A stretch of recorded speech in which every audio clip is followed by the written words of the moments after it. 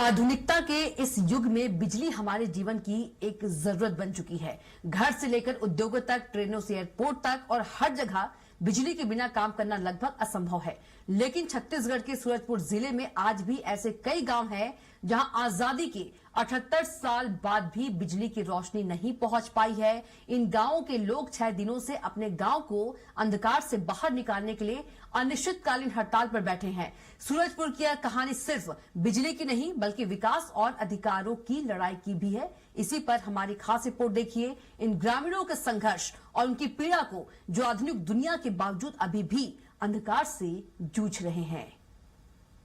हमेशा से खनिज संपदाओं से समृद्ध छत्तीसगढ़ का सूरजपुर जिला, जिसने करोड़ों के कोयला और अन्य खनिज राज्य और देश के विकास में दिए हैं, आज भी विकास की दौड़ में वो पीछे है। यहाँ के कई गांव पाषाण युग जैसी स्थिति में हैं। बिजली सिर्फ किताबों या शहरों में ही देखी जाती है।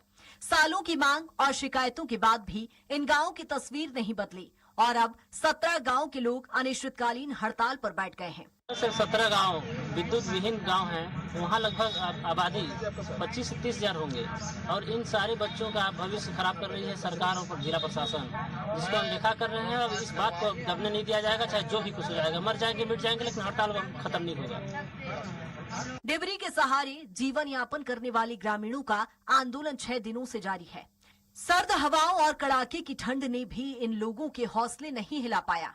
5-6 डिग्री तापमान में भी रात में 2-3 गांवों से प्रतिनिधि पाली पाली धरना स्थल पर पहुंचकर प्रदर्शन कर रहे हैं। धरना स्थल पर ग्रामीणों ने अपनी पीड़ा और मांगों के बारे में खुलकर बताया।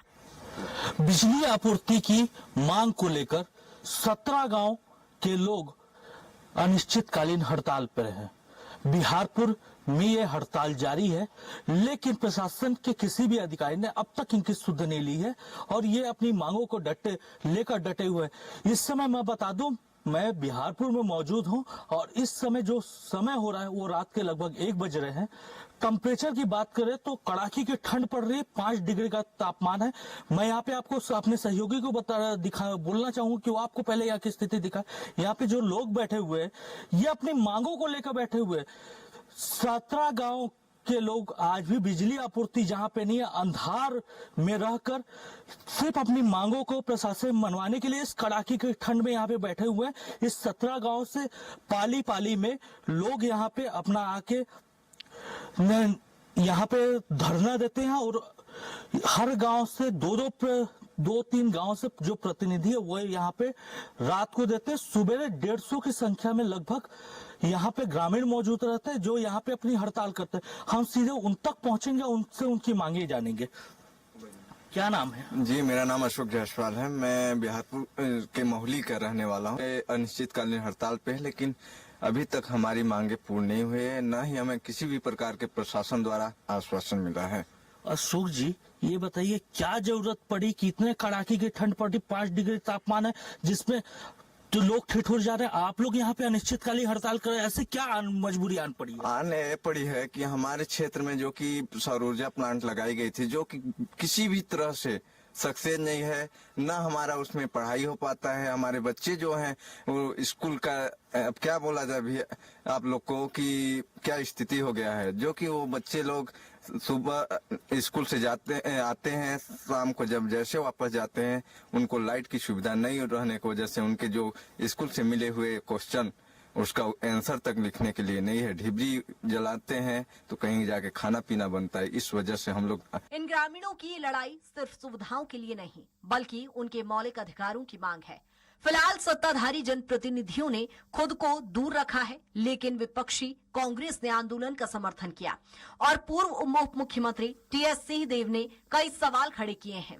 वन विभाग भी नियमों के अनुसार धारा 3 के तहत सर्वे कर विद्युत आपूर्ति के प्रमाण पत्र जारी करने की बात कह रहा है।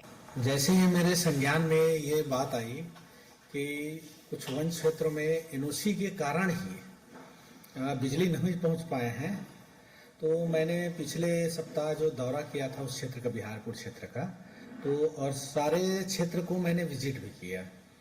उसके आधार पर फिर हमने नियमानुसार जो धारा 3(2) में जो जानकारी होती है वो सब मंगवाए हमने और आज के डेट में हम 4 प्रकरण जो है धारा 3(2) में अलग अलग पंचायतों का हमने दे दिया है, ताकि जल्द से जल्द जो ये समस्या है उसका समाधान निकले। जहां आज हम चांद तक पहुंच चुके हैं, वहीं सूरजपुर के ये गांव आधुनिकता के बावजूद ढिबरी के युग में फंसे हुए हैं। मूलभूत आवश्यकताओं के लिए जद्दोजहद करना इन ग्रामीणों की मजबूरी है और ये आधुनिक समाज में अंतिम व्यक्ति के विकास पर सवाल खड़े करता है। सूरजपुर से अंकित सोनी की रिपोर्ट।